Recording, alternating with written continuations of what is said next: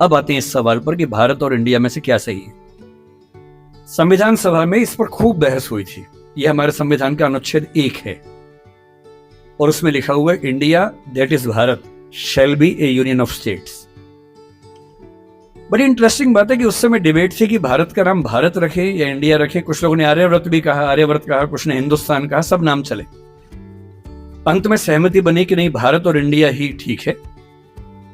नेहरू जी ने खुल के तो नहीं, पर नेहरू जी के पर्सपेक्टिव से जो बात वहां पर ज्यादा आई वो ये थी कि हमारे संविधान के बनने की प्रक्रिया में जो बहुत सारे एक्ट थे जो अंग्रेजों ने बनाए थे, जैसे इंडिया इंडिपेंडेंस एक्ट 1947 का है, 1935 का एक्ट था, उन सब में इंडिया का इस्तेमाल था। उस समय के भारत की तरफ से जो समझौते अंतर्राष्ट्रीय थे उन सब में इंडिया नाम था। पश्चिम की दुनिया हमें इंडिया के नाम से जानती थी, अमेरिका हो, फ्रांस हो, कोई भी हो, सब इंडिया जानते थे।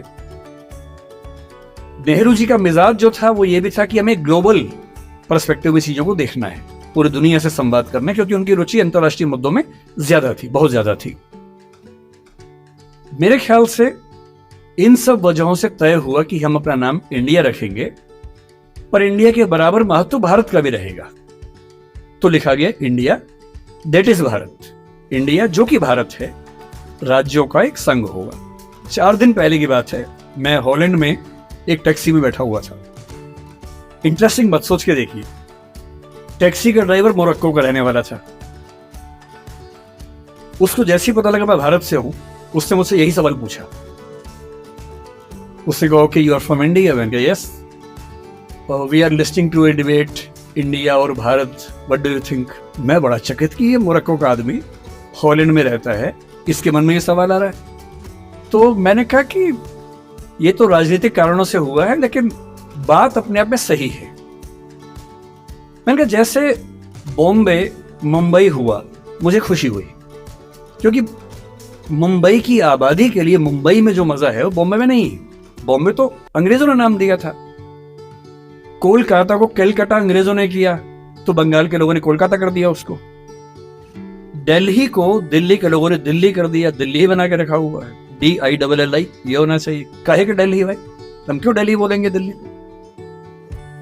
ये सारे तर्क अगर सही है, अगर बर्मा का नाम म्यांमार होना सही है क्योंकि उनकी जनता की आवाज तो म्यांमार में है, बर्मा में नहीं है। श्रीलंका और सीलोन की डिबेट में वो अपने आप को सीलोन ना मानना चाहे, श्रीलंका मानना चाहे, क्योंकि उनकी भाषा श्रीलंका बोलती है। तो मेरे मन में सवाल बड़ा साफ आता है कि भारत इंडिया क्यों होना चाहिए। मैं फिर स्पष्ट कर दूं, मैं सरकार के पक्ष में नहीं बोल रहा हूं, मुझे उनसे रत्ती भर मतलब नहीं है। मैं एक विचार की बात कर रहा हूं। और मैं जब संविधान पढ़ाया करता था, अनुच्छेद 1 पढ़ाते हुए मैं हमेशा बोलता था कि मुझे चुभन होती है ये पढ़ते हुए कि इंडिया दैट इज भारत। दोनों ही लिखने थे तो भारत दैट इज इंडिया कर देते। अगर दोनों ही लिखने थे, ठीक है, दोनों रखिए, क्या दिक्कत। इंटरेस्टिंग बात इसके बाद है, मोरक्को के उस ड्राइवर ने उसके बाद पता है क्या कहा? हिंदी में अगर बताऊं, बोले अच्छा अच्छा ये मामला है, अब समझ में आया। फिर बोले कि बड़ी इंटरेस्टिंग बात है, हमारा नाम मोरक्को पड़ गया फ्रेंच लोगों की वजह से। मोरक्को के लोग मोरक्को को मगरिब बोलते हैं। और जब मैं सऊदी अरबिया गया, सऊदी अरब के लोगों ने मुझसे पूछा कहां से आए हो, मैंने कहा मोरक्को। उन्होंने इस भाव से देखा कि मैं पागल हूं। बोले नहीं, मगरिब से आए हो। अगर मगरिब की आबादी खुद को मगरिब कह के खुश है, तो उसे फ्रेंच लोगों की वजह से मोरक्को क्यों कहा जाए? इंडिया शब्द वेस्ट ने दिया और बुरे भाव से दिया। उनकी नजर में इंडियन होने का मतलब है बहुत पिछड़ा हुआ होना, रेड इंडियंस, वेस्ट इंडियंस। तो आज ये क्यों हुआ?